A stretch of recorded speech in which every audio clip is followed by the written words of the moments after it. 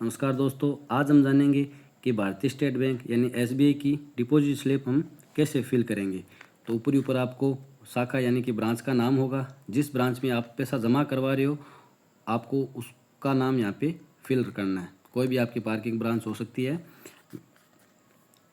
उसके बाद में दिनांक का कॉलम, जिस दिन आप डिपॉजिट करवा रहे हो उस दिन की आपको तारीख यहाँ पे नोट डाउन करनी है।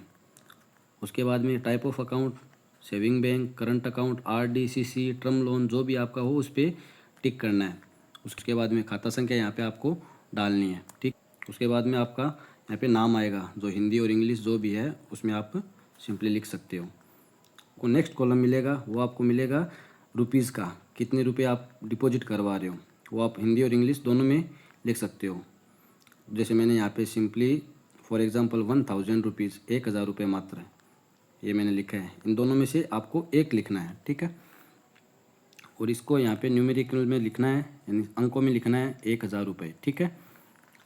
उसके बाद यहाँ पे आपका अपना नंबर डाल देना है, जो भी डिपॉजिट करवा रहे हो उसका नंबर, ताकि अगर कोई दिक्कत हो तो आपको बैंक कर्मचारी आपको कॉल कर सके। और पैन नंबर, आधार नंबर ये ऑप्शनल होता है, ये आपको फिल कर भी सकते हो और नहीं भी कर सकते हो।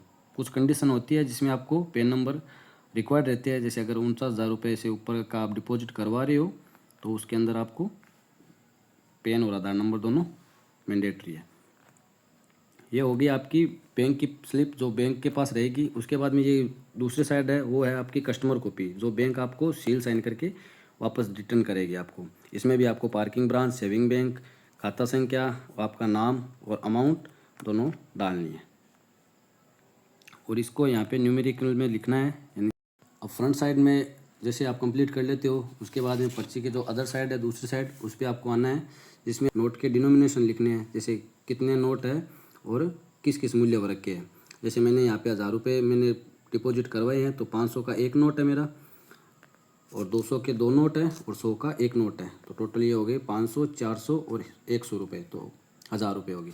ठीक उसी तरह आपकी जो कस्टमर कॉपी रहेगी उस पर भी आपको सेम इसी तरह का लिख के भरना पड़ेगा। हालांकि ये चीज़ एकदम इजी है कि बैंक की जो डिपॉजिट स्लिप है वो भरना कैसे है, पर मोस्टली लोगों में देखते हैं कि उनको ये डिपॉजिट स्लिप भरनी नहीं आती है। तो हमारा मोटिव यही है कि कस्टमर को बैंक के अंदर किसी से रिक्वेस्ट ना करनी पड़े कि भाई साहब आप हमारी बैंक की जो डिपॉजिट स्लिप है वो भर दो। हालांकि जो मैंने चीज़ें बताई हैं उनमें कुछ चीज़ें हैं जो मैंडेटरी रहेगी और कुछ चीज़ें हैं जो ऑप्शनल रहेगी। जैसे मैंडेटरी रहेगी आपकी ब्रांच, डेट, अकाउंट नंबर, आपका नाम, और जो भी आप अमाउंट डिपॉजिट करवा रहे हो वो, और लास्ट में आपके जो भी साइन रहेंगे वो। ठीक इसी तरह दूसरी साइड भी कुछ चीज़ें हैं जो मैंडेटरी रहेगी। जैसे आपका डिनोमिनेशन हो गया, नोटों की संख्या और कौन कौन से मूल्य वर्ग के नोट हैं, और टोटल कितने पैसा आप जमा करवा रहे हो। अब अगर आप चेक जमा करवा रहे हो तो उसमें चेक का डिटेल भरी जाएगी। जो बाकी चीज़ें हैं वो हम नेक्स्ट वीडियो में आपको बताएंगे। अगर आप भी मेरी तरह बैंक कर्मचारी हो तो एक एक लोगों को समझाने के बजाय ये सारा वीडियो आप उनको शेयर कर सकते हो। धन्यवाद।